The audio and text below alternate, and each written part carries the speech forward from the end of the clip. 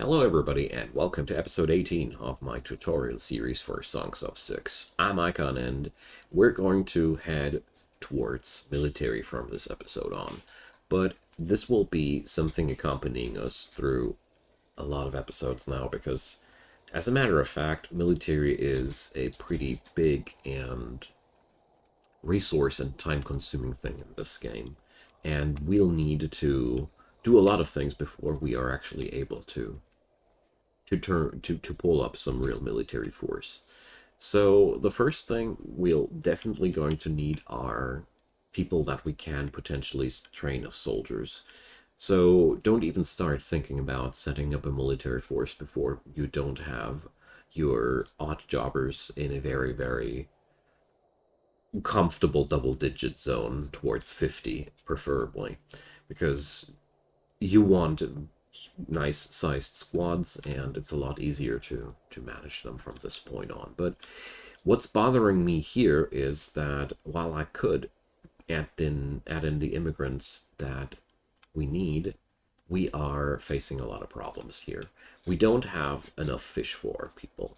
We have only food for 8 days in our stockpiles, although it's almost harvest time, so I'm not that worried about that. But we don't have any bread on the stockpiles. We don't have any grain on the stockpiles. We have so many things that we need to take care of that this is really important. With this game, your biggest enemy is thoughtless expansion. Thoughtless expansion can kill you, and you really need to think about every expansionary step before you can do it. In our scenario here, we're really lacking in basic supplies. So what I want to do here first off is I want to stack up more grain production. So I recommend you to do this once in a while. When you notice that there are some supply holes, just go for your workforce, and we're going to check out those places now. So I want to know what's wrong with our economy. So we don't have bread, we don't have grain. So let's start at the grain. We are right now, oopsie, that was not what I wanted. We are right now hosting 2 grain farms. Each of these produces 1,100 grain per year. Obviously not enough. So let's head on over to our bakeries. As you see, this menu is extremely useful to keep an eye out on your different workshops, because the larger your city grows, the harder it will be to find that workshop wherever you built it. So our bakeries are consuming, let's see, each bakery manages to consume 900 grain per year. So these were the same, if I remember correctly. So we have a 1,800 need. So we produce 2,200. I bet the brewery is the other suspect here. Yes. So we definitely need to amp up our grain production first. That's the first thing that we're going to do.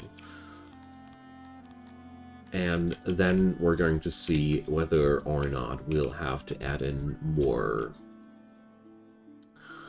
bakeries or more, let's see, whatever. So I want to do, well, let's just stick with 1 grain farm. I'm very tempted to do another one, but I won't. So let's see, how are our stockpiles? Another really important thing, check out your warehouses, if they are on auto-employ or not. I have come to be a big friend of auto-employ on my warehouses, because as a matter of fact, it is very hard as a human being to stay on track with your warehouses and the constant ebb and flow of needs.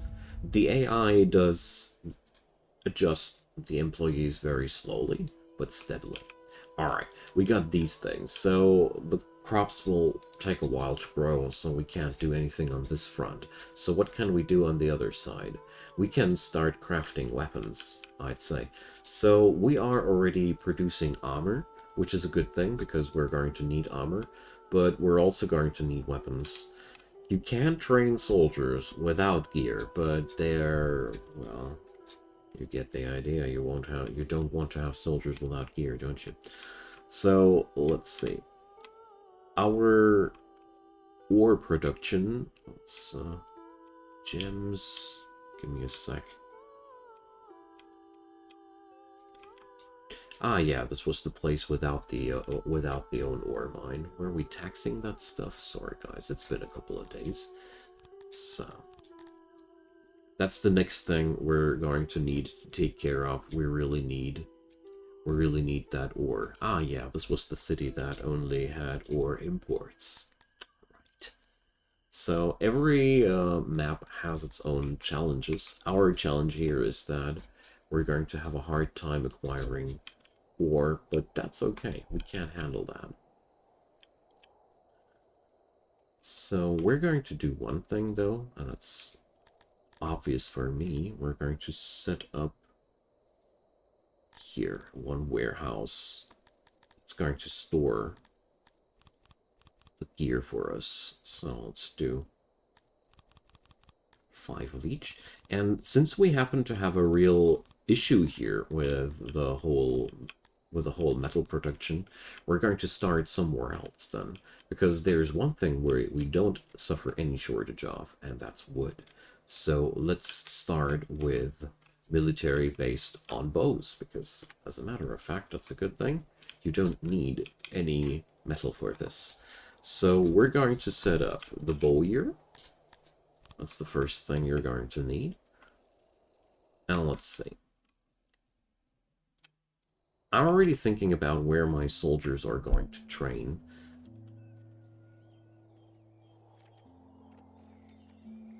But, well, we have this as our agricultural district.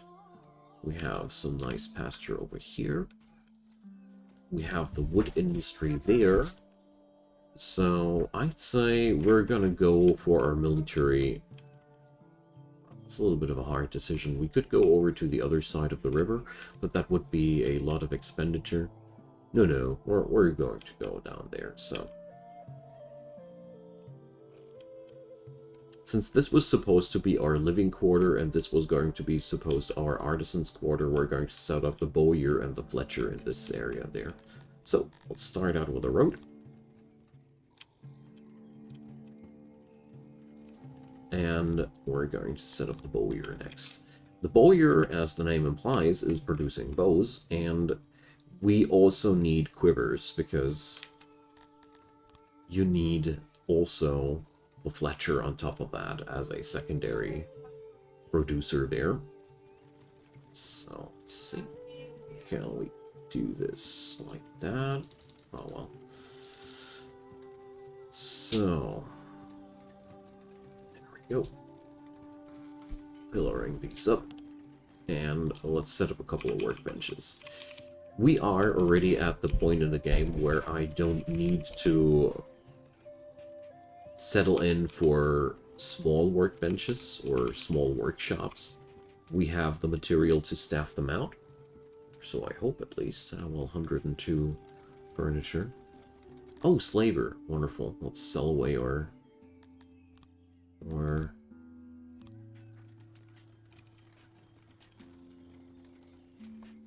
prisoners and our criminals. Okay. Now let's set up the auxiliaries for this place. Alright, this will get our ore imports back into motion now that we are no longer in the negatives. Okay.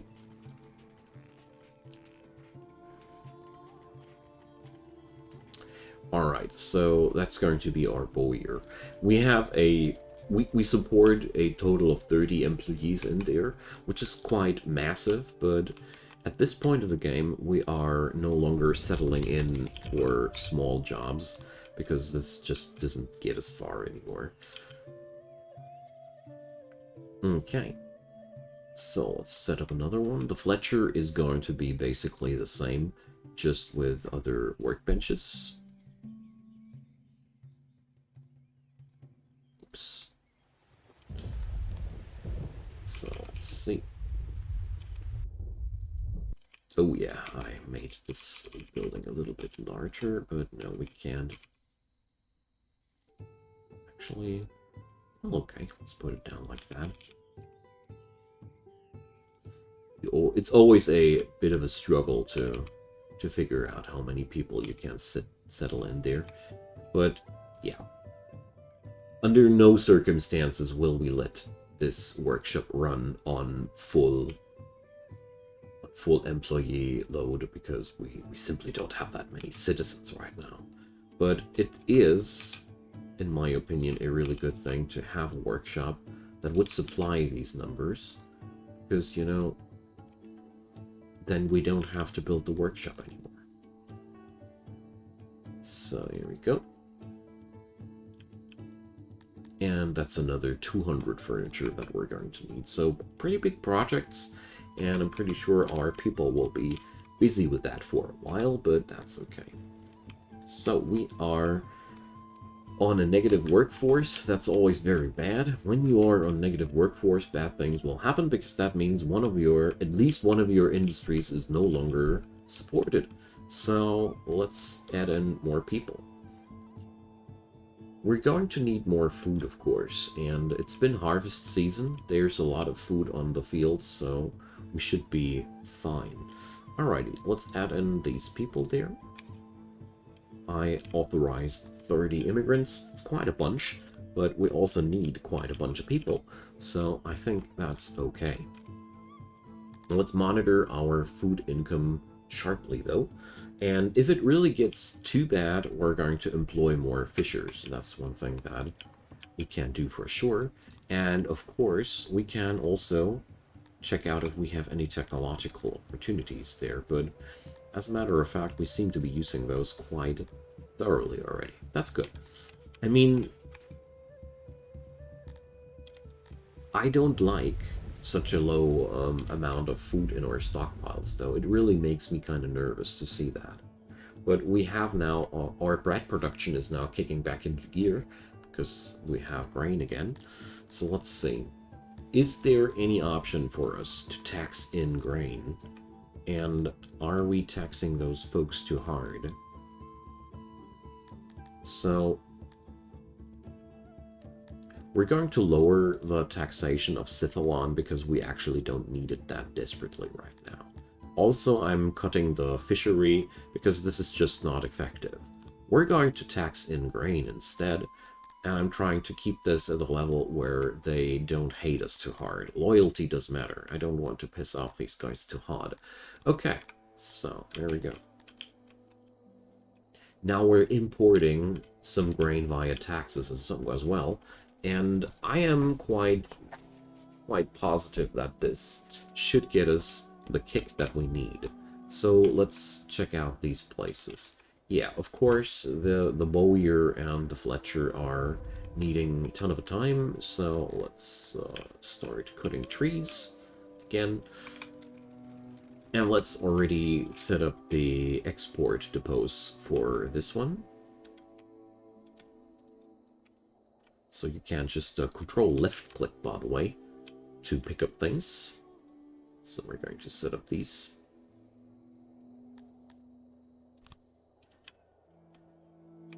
Well, let's tick on the time a little bit faster.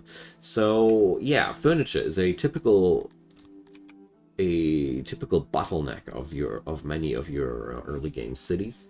As we see here, we have a lot of small carpenter workshops running here, each one producing 40 furniture per year. The more building projects you put on, the heavier it gets, but we'll be getting there. Here we're going to set up the exports for bows and quivers. That's a beautiful thing, although I gotta say, quivers are really hardly worth the export. You really should only export the very, very least amount. Bows, on the other hand, though, they are really, really valuable, and we're going to export like 10% of these. So as you see here, it's 67 denarii each. I merely do this to make sure that our overspill of production is not bad for us. So let's see. Our export depots, we have one export depot doing nothing at all, and I see I have here a red marker on the coal. Whenever you see that, just make sure that you are starting to export that stuff. This is a wasted opportunity to earn denaries, and as a matter of fact, it is always good to earn yourself some denaries. In our situation especially, because without the import of ores, we'll be not getting anything. Alright, so we're now balancing out things. That's very good. And we're constructing these new buildings there. But yeah, just like they are as usual. The newest building first, the oldest building last. So the new building is getting done first. If you want to avoid that, you can also just suspend a job.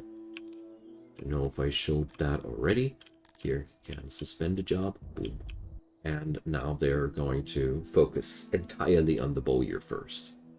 This way, you can avoid situations like these. Sometimes it's really useful to do that.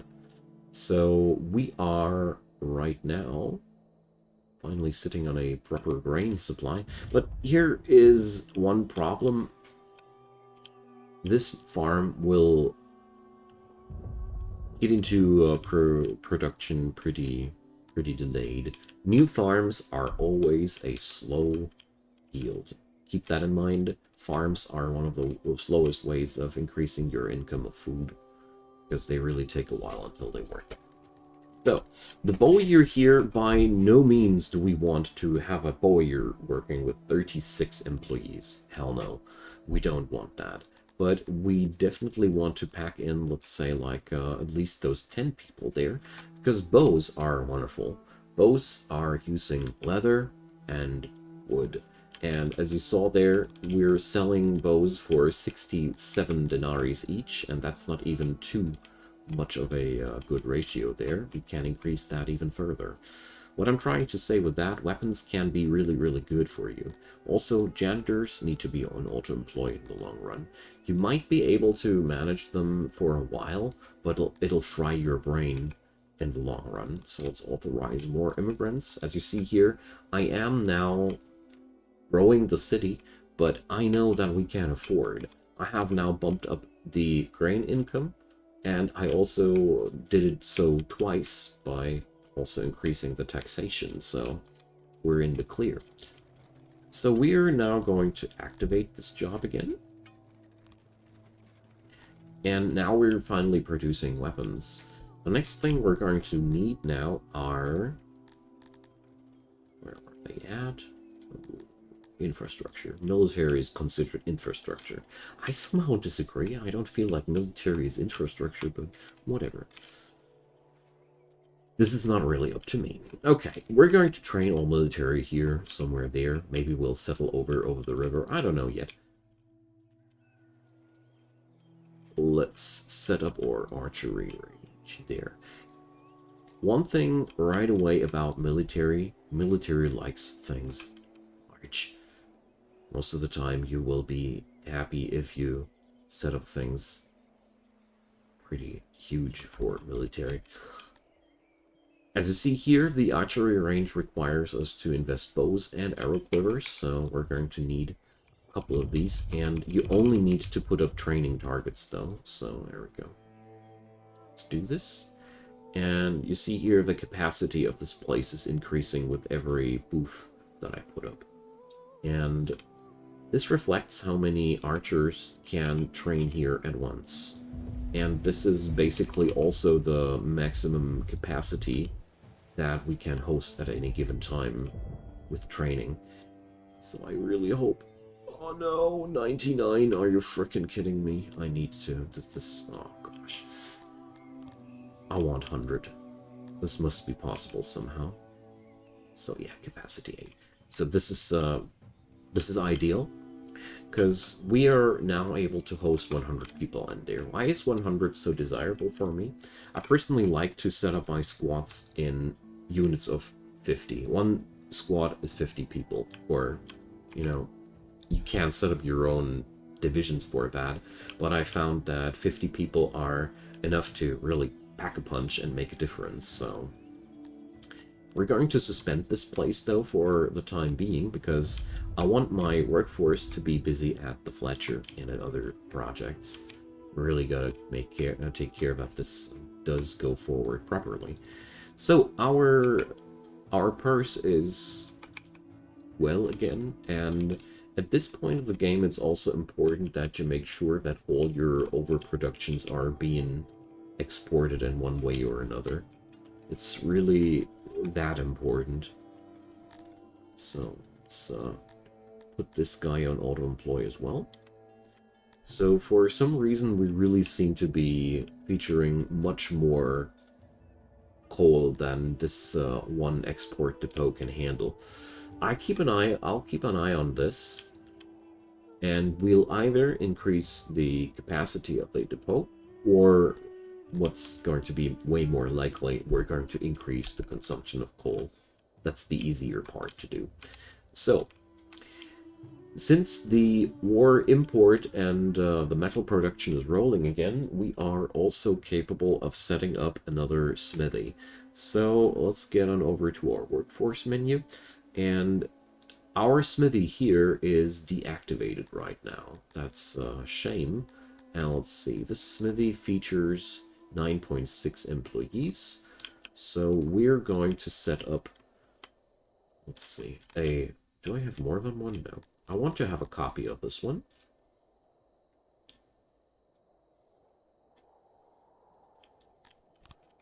There we go.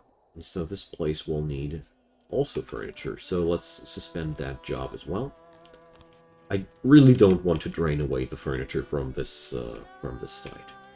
Our production is not fast enough for that. But we're going to set up, we're going to reactivate the smithy now with 10 employees, and we're going to change the recipe now to weapons. Because, you know, no weapons, no soldiers, like I said. And now we are producing the basics for that. Let's see. It'll take a moment until this next Fletcher is set up, but we are stabilizing our situation, and that's good. Whenever I want to set up military in this game, I really try to make sure that I am really well supplied with everything I need. And as we see here, we are now oversupplied with grain. That's wonderful. Why? Because I was very unhappy with my drink production anyway, and, oh well, we need to amp up the pottery first. Dang. Okay. So, obviously, we don't have enough pottery for the brewery. That means, probably, we would be able to consume all that grain in time. But since there is one overflow depot already working out here, it'll be fine. Grain sells off for a horrible price, but it's still better than letting it rot in our storages. Okay, so let's check out where's the pottery at, because obviously the pottery is not working out. And when we check it out, it's pretty clear why it doesn't work out. We have this huge building, but it ain't really supplied with many workbenches. This was in that phase where I was unable to afford workbenches properly, and therefore rather went low with that. So we're now waiting for the Fletcher before I set up a new pottery. Just outright necessary. We're almost done with the Fletcher's workshop.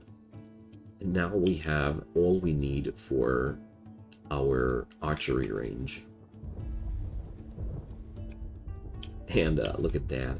Here we see one merchant taking away the grain that we're exporting. A rare sight. So, also he showed me that that our people really would love to have a road there. Whenever you see stuff like that, you can't optimize roads really, really well with this game by just following those rugged dirt paths. Here, you see? The more the people walk over a certain spot, the deader the vegetation there grows. And this gives you an impression about where your folks would love to have a road at. Okay. So, for Fletcher, the same rules apply. We don't want that much there. So the Fletcher also consumes stupid amounts of wood. So we are really starting to need more and more wood for the city. And, well, the woodcutter is not going to provide us a sufficient amount, at least not this one guy. Although 1,100 is okay, but we're going to need more than that in the long run. Until then, though, you can't easily just satisfy that by manually cutting stuff. Always works out. Okay, so we're going to activate now the archery range job back. So we're producing the arrows and the bows that this place needs, and the necessary wood. Well, we're going to cut some trees, and that's going to be fine. We don't need that much more. Although it'll take a while until the necessary products are up there. So, once this is all set up and running, we will be able to train our first archer regiment in the city. That's all we need to set up soldiers that are going to be able to defend our town. If you want to have an army that's able to raid places outside of town, there's much more preparation necessary. For the foot soldiers, it's very similar, but they won't need arrows and quivers. They'll need weapons and armor, obviously. But we'll be getting there, of course. Just wanted to set up these things accordingly.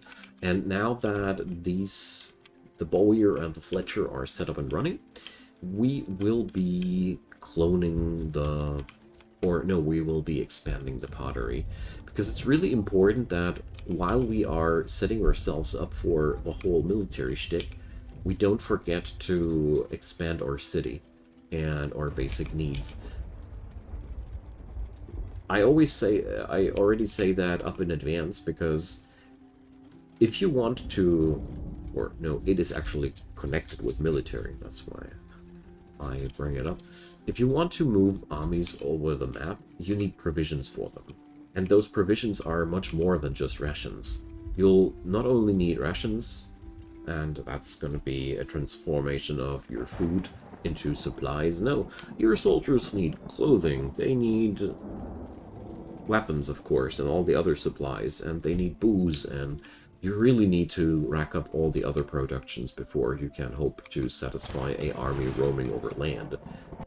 So, we're setting up, that's why I'm amping up the pottery now in a big style.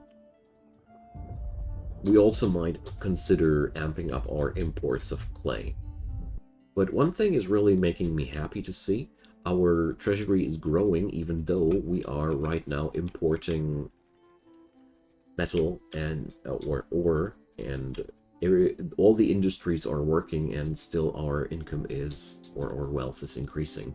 So let's set this pottery up on 15 people for now, and let's see how this will influence our grain. I'm pretty sure I'm heavily overproducing grain, and I'll be able to set up another bakery or another brewery, but I want to see how this works out once the brewery has the pottery it lacks.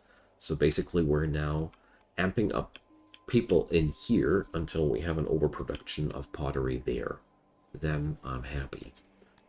And as you see there, we also only see a willingness of, or no, we see only 14 willing immigrants into our city. That's really a low amount of people. That's always a sign that your city is starting to lack things. Usually, it's the services, because the more people your city has, the more strain is put onto your services, and that's quite a typical thing. But we're going to cover these in the next episode. So we have now set up all the basics we need. We have to wait until the archery range is completed, but that's okay. By the way, this is the menu we're going to need for this regard, and before you start out anything, make sure that all the numbers here are 0. That's just one thing that I wanted to say and totally forgot before this thing is finished. Make sure the numbers here are 0, or these things will drain your odd jobbers like crazy, and you might end up in the negative workers, which is always bad. This is where we are setting up the squads once we're there, but this is something we're going to put up in another episode To summarize it real quick at the end of this one, here you can adjust how many weapons everyone should have, and how many people should be in a squad, and how they work. But we're gonna go into that deeper. Just wanted to make sure that you guys are not accidentally setting up an army of 200 people only because that's the default setting. Who the hell has 200 odd jobbers at that point? Certainly not us. So, thanks for watching, everybody. Next time, we're going to start setting up the other industry, the one with armor and weapons, and we're hopefully going to set up the guard posts. I'll definitely cover a little bit more of the service branch, because we need more immigrants. We don't have enough people in here. And yeah, everything else that happens in between. So thanks for that. Drop me your comments, leave me your thumbs up if you enjoyed, and consider subscribing if you haven't done so already. See you guys next time, and have a good one. Bye bye.